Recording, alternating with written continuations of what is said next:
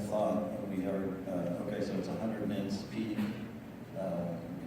lacquer blacks. We thought, well, maybe we would start with our non-theatrical grade because it's 100 nits. Obviously, we're going to stretch the color gamut and maybe we'll deal with gamma and whatnot.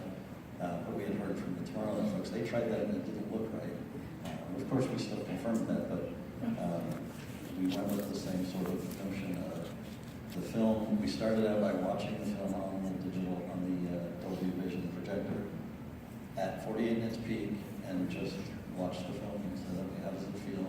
And then where do we want to stretch the contrast? What does it read as well? What do we punch out? And we sort of spent extra time experimenting and then had Pete come in and take a look and give notes on what we...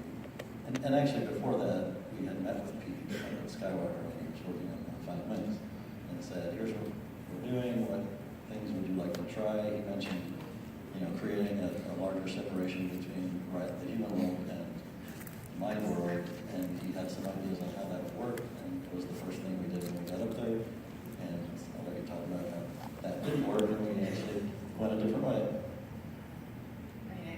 In theory, when you think about what it should be, and then what we ended up doing, it was really interesting, those changes. I remember you said, I want the human world, let's see if I can remember correctly, to be like darker darks and darker. And then when we got up there and looked at it, we're like, this doesn't feel right. Because we always wanted to separate those two worlds, like you were saying, the mind world from the human world.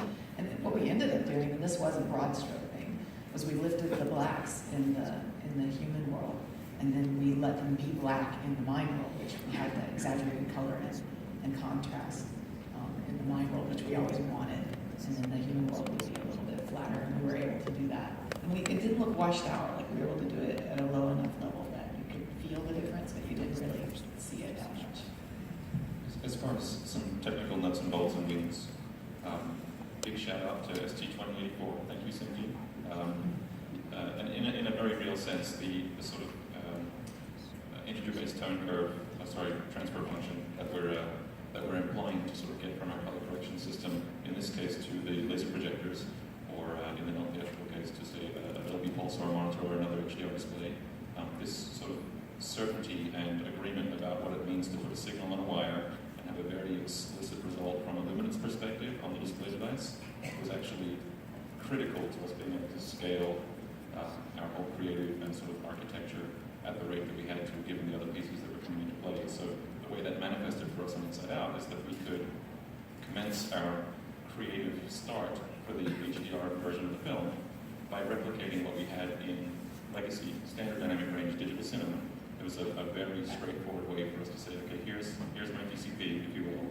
I'm going to put that onto this new projection system and confirm that we're in a happy place and that everything matches and meets my expectations. It looks familiar. Very straightforward to get there. And then from that point, we were basically able to say, okay, how big is this new canvas that we have? What can we do with it? There were no assumptions about where we could take the film, other than our director was hungry to experiment and open to some new ideas and sort of divergence from the original creative intent. And by the same respect, we also didn't, at that stage, have a good feeling for the sort of creative impacts. We had numbers on paper and we understood gamuts and contrast ratios, but we'd never made long-form narrative that exploited those things. So, again, shout out to Dolby and Symphony in particular for helping us sort of get this system in place that allowed us to perform this experimentation without having to sort of scratch our heads and say, is that what we think it is meant to be? Is it working? Yeah, it was a big win.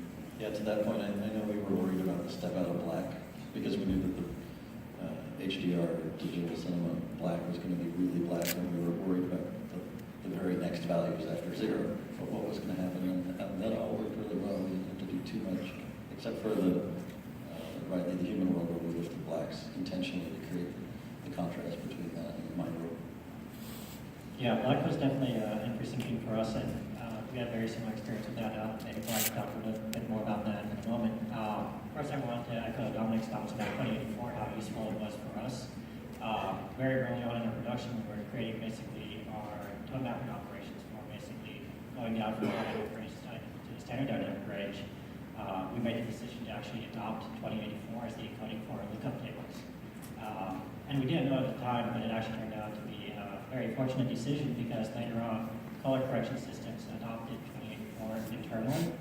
So that means that all the LUTs that we have generated drop right into them. And even if you have a system that doesn't work with all the range values, you can map into the 0 to 1 space using 2084 and get good sampling and good performance with all these, relatively sparsely sampled 3D lookup tables.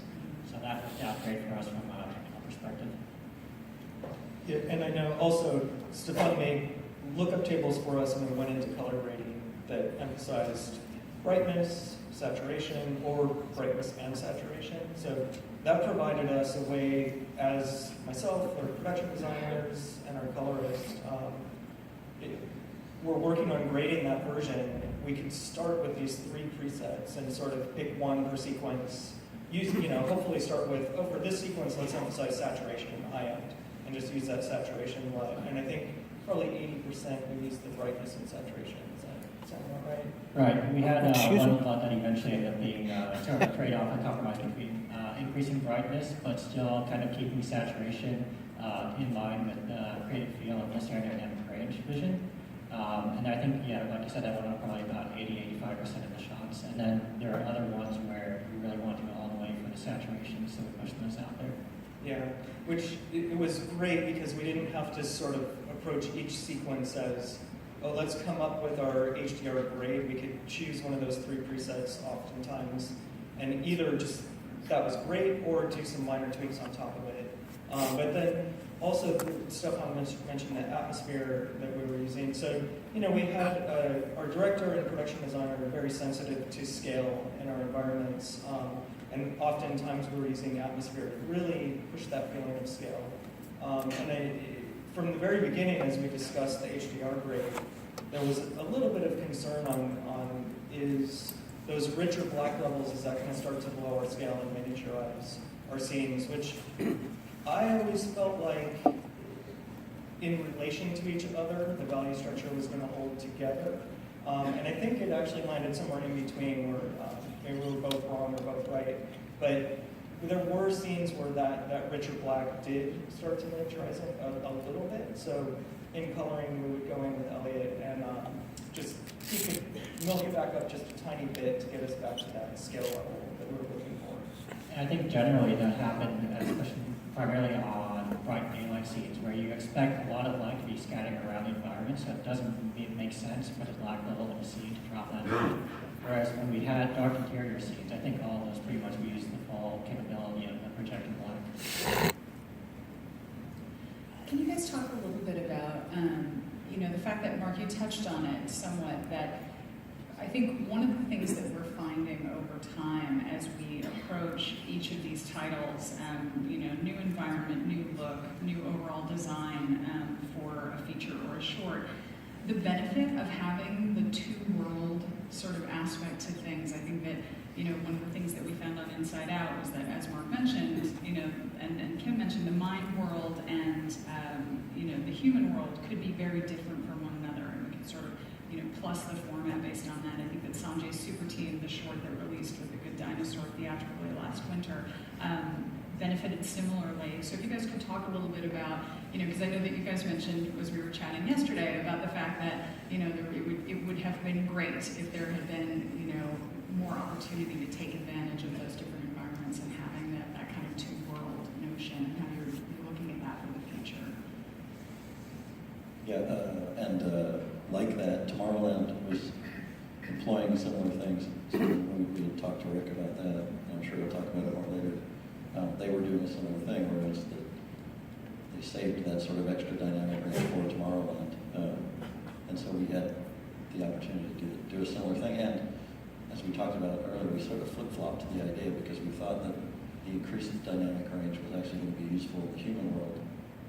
And in the mind world, we would do a sort of a lesser or more decent, and we flopped that, and it actually worked better.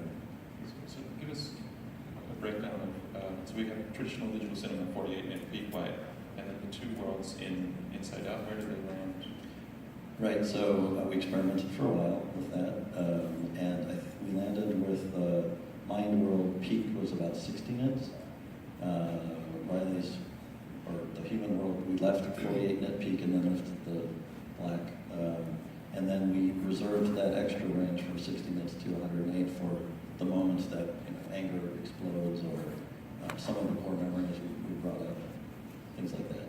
So sort of implementing this idea of, well, I have these broad strokes creative sort of envelopes on my long form feature. It's a great example of how, again, ST2084 allowed us to dial in within the color correction system. Oh, hey, I know that nothing in this frame is going above 60 nits. It's a really lightweight undertaking for me to know that, and then kind of scale that decision across a feature.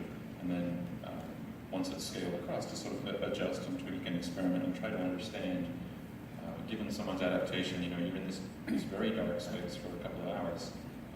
How can we ride somebody's adaptation? How can we make sure that viewers aren't going to get fatigued, or that the sort of special, pristine nature of what's available isn't going to be squandered by just kind of overuse. The very early days of theatrical, the most recent renaissance of theatrical stereoscopic exhibition. Of course, we saw at the early days, everybody kind of grabbed onto that stereoscopic knob and kind of yanked it to 11 just to sort of prove that you paid for the upcharge. In the cinemas, we're going to make sure you remember this was a 3D movie. By stabbing your eyeballs out. Totally. Yeah, and I think it's a good point, that you touched on something that I think is very valuable to say out loud, is that simply because you have the ability to turn something up to 11, should you? And I think that that's something that we've seen over and over. I mean, we've all now, spent a lot of time looking at test content and, assessing the catalog on the basis of, sort of transferability and how can we capitalize on high dynamic range for these assets. And there will be something that, it's like, oh, well, look at that light in the background and how much it stands out now. It's like, well, I don't think that's what the director wants you looking at. I think the director wants you looking at the two dudes who are talking in front of a light, but that's cool, we can do it that way too. But yeah, just talking a little bit more about environment and like the opportunities of pushing it and then figuring out, oh no, actually, we're gonna dial it back. Right, that definitely came up for us when we have interior shots and you have like a window that opens up on a view to things in a deep background. And we definitely ran into a few situations where it's like, oh, now you can see all these things through the window off in the distance, but that's not where we originally wanted people to be looking. So I think you guys spent a bit of time in color correction with that. Yeah, that's probably both because we shot into the sun a fair amount too, so in the HDR version you would see the fake little star filter that you couldn't see because it was washed out with the glow in the regular version. So we were trying to wash those things back out and seeing outside windows, we would play it so overexposed that it just went to a couple values in the standard version. In HDR, suddenly you could see all the detail out there. So we would kind of go in and re-obscure that with some haze in the HDR grade. But we were doing things like really, we have a sequence where we're going in and out of tunnels. So really pushing the bright, sunny exteriors even brighter in the HDR grade so that you feel that difference more. I just went from a tunnel out into bright sunlight and then back in. And then we took an approach, I think, where we decided to be a little on the conservative side with it and not become, children in a candy store, just like, let's turn everything all the way up because we can. We wanted to just provide a richer version of our original intent, I think. But then there are those moments, like we have a moment where a character is shining a flashlight in another character's eyes, and it's supposed to be intense, and we wanted to put the viewer into that character's shoes a bit and really have everyone in the audience experience that same sort of wince. So that's a moment where we really chose to push it.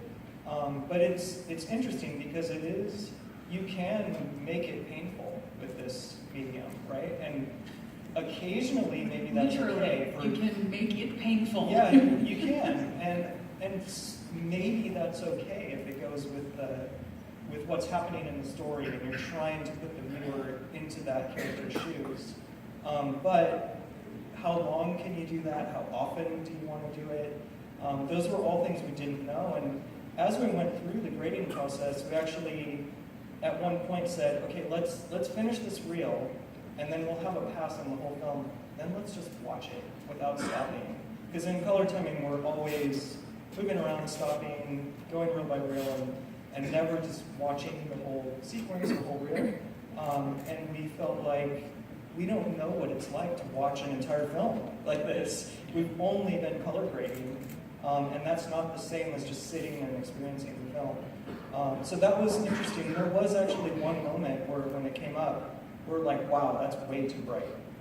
And when we did it, we thought it was really cool. When it came up in context, it was jarring, so we went back in and turned it down. Absolutely. I think we've all experienced moments during this journey where there's a huge benefit in sort of sleeping on your idea, to sort of approach it, experiment, to try and understand how it feels, and then come back to it fresh and look upon it with those first-time audience eyes. Certainly, the capabilities to really plus or complement the emotional narrative and sort of time-based adaptation things in your film are there. They don't have to be extreme. Even on the dark end, there's amazing opportunities to really have an audience literally come forward on their seats because there's so little light in the room, yet it's all still rich and high fidelity, but it's soft and it's quiet and it's subtle and it's serene, and you really want to get close to it and be very close to the characters in the story. Inside Out has this one set which we call Memory Dump, which is where the memories go to be forgotten. And it's a scene in our film which is very emotional and quiet and long, and is totally complemented by this new ability of us to bring the overall luminance of this whole scene way, way, way down below what you can get with a 2001 contrast digital cinema projector. And that brings the audience closer to the film, and it doesn't involve stabbing them in the eye with a sharp stick. I mean, I think that's the thing that everyone's saying that's so important, is that we were preserving the original intent. It was just like, how can we push that a little further? On the other end, in the very first sequence when Riley is born, we went all the way bright, but you've got to think, what is it like to be born and see light for the first time? This is really important, so let's take it to the edge of painful because we want the audience to kind of feel that coming to life. But I would say that we were really careful to always following what the original intent was, and can we get more out of this and get it closer to what we really wanted originally that we couldn't quite get. I mean, we never looked at it like a gimmick, and also too, just this movie, people need to be able to watch it, and we don't want them popping out of the movie, and we want them just to feel what we're doing. I think just to touch on what you guys were saying about the window, this is an interesting, the detail of the window. There's an interesting thing about this that I don't think we yet have entirely explored, which is there's a visual language that we all know. Like when you watch movies or you see photographs, one way to say, hey, that window is bright, is to blow out the details out there. And now we can see all that stuff, and yet we still want to say that's a bright window, and we still want you to look where we want you to look. So there's this interesting, I think there's some places to explore in terms of like what we expect as a viewer and that history that we have, and now we have these new capabilities and new ways to construct images and control where you're looking, which I think is fascinating, and I think there's still room to grow there. Totally. That language of cinema is so established, both on the filmmaker side and very critically on the audience side. When you sit down in an auditorium, you paid your ticket, you've got your popcorn, the lights go down, you expect a certain type of storytelling in that environment. We have new opportunities here, and it's likely to take some time for both sides of that equation, filmmakers and audience, to get to a place where this language can sort of be matured a little bit, like high frame rate and stereoscopic and every other sort of drastic challenge to that established language. Yeah, just because you can doesn't mean you should. Exactly. And that familiarity too, it's something that even the way we were approaching the city of Zootopia, we wanted the city itself to be a character in the film and to feel familiar to people as, similar to a place they've been or might go. And part of that is also that photographic language too, that's the way that the film is shot is something that we were trying to make feel familiar to the way other films are shot, and taps into that language that everybody's familiar with. Yeah, Inside Out is a good departure from. it never benefited from film. And much of the cinematic language is derived from how film, you know, the characteristic curve of film, print and negative. And I think Inside Out, when we saw film on that show, because it actually was one of our last, you know, we had things that were bright and saturated, even indecent, that in film, you know, they were bright, but they were no longer saturated, or they were saturated, but they were no longer bright. So Inside Out was a definite, you know, it was a departure from traditional cinematic. And similarly, very different from the other features that at Pixar we've worked on in HDR. We The Good Dinosaur did not exploit the expanded gamut of the laser primaries nearly to the same degree that Inside Out did. It's a much more sort of traditional filmic gamut, and yet still benefits from the sort of pristine clarity and the richness and the fidelity and all those other wonderful things that the platform affords us.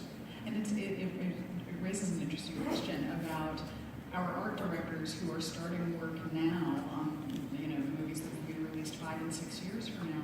Are they going to create the world differently on the basis of the fact that they do have, this new environment to work in and potentially benefit from and update the creative accordingly? And that's super exciting as So well. now we can start to talk about how they don't have a way to visualize that. Totally. This is a huge. And the segue.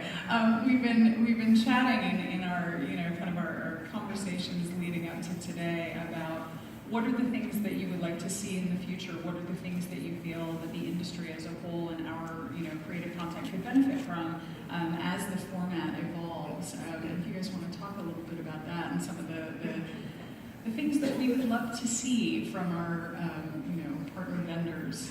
So when we make a film at Pixar, we have 300 plus contributors who actually each add a critical and specialist and high value portion of that film. Right now we have approximately one display device on which we can view the high dynamic range version of our movie inside the building. Well, reliably. How about OLED? Why aren't you using OLED, which has the same gamut as 6P, in my opinion? Yeah, we can drill down into various deficiencies, but from a scaling into production, right now, it's a very rarefied resource for us. We can't spread sufficiently high fidelity and high performance devices around those 300 people and have them all get this same window into an HDR future that we see during the finishing process. Just from an economics perspective, the device that we like costs $30,000. So if we're having to that's my multiply sense. that across an entire production team, that becomes financially unsustainable for us today. So we have logistic and technology challenges certainly, but we also have workflow, pipeline, and architecture kind of challenges. We're still getting started with HDR is what it comes down to. We haven't built a huge legacy of how to make HDR movies for the last 100 years, at least how to exhibit HDR movies for the last 100 years. And so understanding who within our production process benefits from contributing or being influenced by an HDR release until such time as it becomes the critical mass of consumption. So when HDR is the only way you watch our movies, it would make total sense that everyone contributing to the film is concerned foremost with the HDR version of that film. We're not there yet. We're looking forward to when HDR is the only way you can watch our movies. But do our editors need to build a cut based on adaptation at a certain peak luminance? These are some of the questions that we're still experimenting with and still trying to understand, how to scale our process and planning to take advantage of this without compromising the less capable exhibition environments, shall we say. Yeah, we had one display monitor that we could use to view in HDR, and even just switching over to view our material on it, it required some steps from whoever was driving the daily session. So we kind of landed in this place where we'd review everything from that week on that monitor once, which when we got really busy became every other week or every month. So that was not ideal, but we did, as we tech checked every shot, we would stop it down 3 stops, just to see what was in the top end of our EXR files and make sure it all seemed about right, or what we would expect in terms of what type of detail we saw in those bright highlights and things like that. Or, you know, if something was clipped out, then we would ask the artist to go back in and figure out why it was clipped, or if it was clipped. Sometimes it was a little hard to tell. But that process, I feel like the artists, once that happened to them once or twice, they got it and they would check it before it came into the room. So that went fairly smoothly, but at the same time, that wasn't a great indication or any indication of what the HDR version of the film might look like. It just made us feel safe that, okay, we have all the information we think we need in the files, so we should be okay when we get to color grading, which ended up being the case, but it was a little bit of a leap of faith.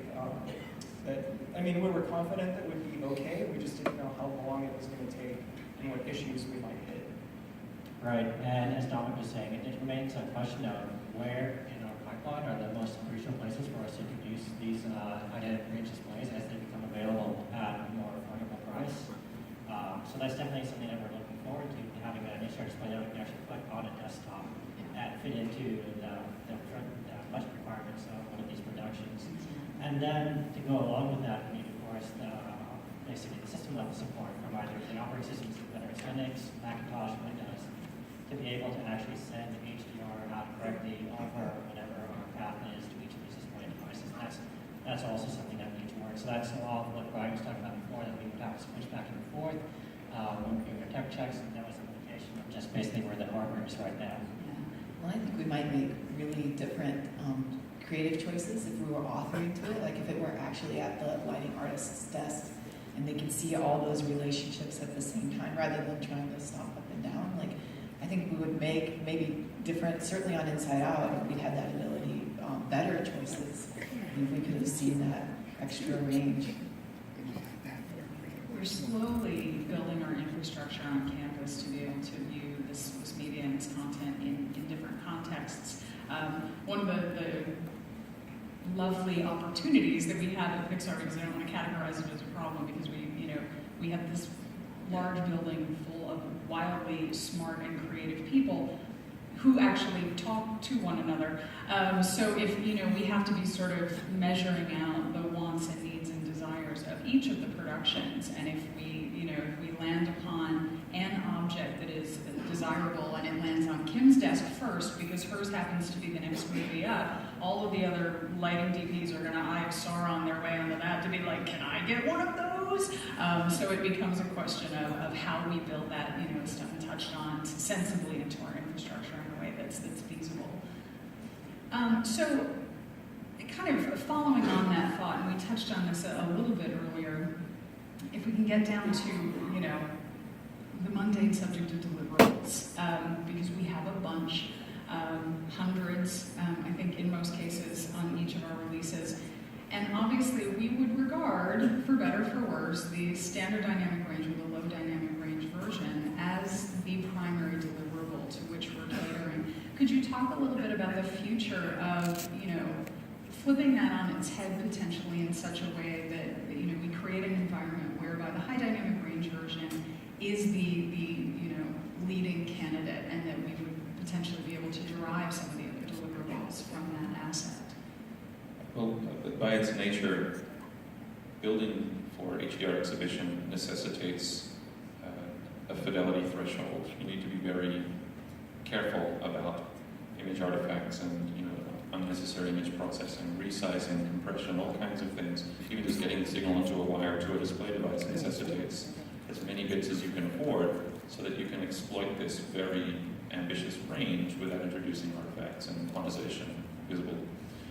So in some senses, having built for that, it affords you a little more flexibility inherently because you can abuse and stretch and demote this high fidelity object into many more places, as opposed to going the other way and trying to sort of say, well, hey, I made this DVD, I'd like to put it on your HDR projector now. That's going to be a real challenge for fairly obvious reasons. So the sort of technical thought experiment of, can I build an Uber service as master, which can become demoted to service lesser environments, theoretically is possible, and we would hope, certainly with the many hundred unique versions of our films that we have to get out into the world, that we could benefit from some automation or scale or some sort of amortization of those costs. The creative differences, though, the choices that one would make in optimizing each of those very disparate environments, though, necessitates a very rich and capable way to capture and embody those differences, such that the intent is maintained when it does get demoted. And there are a number of systems out there for distribution transport, where you can have this sort of multiple inventory consumption of a single inventory deliverable. We are deep in experimentation and optimization and trying to make that as rich and capable as our filmmakers demand, because they are quite demanding. I love you, Kim, thank you, but it's a real challenge. I take pride in it. Yeah, the automatic tone mapping of the high dynamic range to standard dynamic range is probably not. I mean, in the example of the detail outside the window, in high dynamic range, you may let some of that detail be there because it's not distractingly bright. In standard dynamic range, if it just tone maps, it might not feel right, the ratio might not feel right. And so you would choose to let that clip out or roll off differently. And the tone mapping software isn't really good at making those creative decisions on them. And I think from a creative perspective, there's going to be a similar transition to what we saw going from film to digital cinema. So early on when we were doing digital intermediate, right, you were always viewing, potentially directly, you were working in a film space and a vlog space that originated from a scan, viewing through basically film emulation. Then as we move forward, more people start working directly in sort of a camera, digital camera space or some other RGB market space, and then inverting the process so that you're checking to see how to translate onto film and potentially maybe holding back some of the creative decisions that you want to make for this larger RGB, digital cinema color space, but that you knew would be difficult to get onto film. So we might have a little bit of that, and also with HDR, that initially if we're trying to keep a balance between what can we exploit in HDR but still get into SDR, we have to kind of make trade-offs there. And then as we get closer to HDR being more widespread, maybe push further into really HDR, we're going to try to utilize everything we can in it. On the production side, I mean, it costs money to make movies, as it turns out. We love doing it, and it's something that we would do, but people and technology and all those kind of things mean that money's involved. We, of course, would love to find a pattern or distill any method in any portion of our pipeline that allows us to spend more cycles or more dollars on the original creative intent, on the idea, on the fidelity. And so we are hungry for ways to make this an efficient process where we can deal with this very disparate ecosystem of consumption. You know, I'm watching the movie on my postage stamp sized phone, I'm watching on this giant premium large format cinema.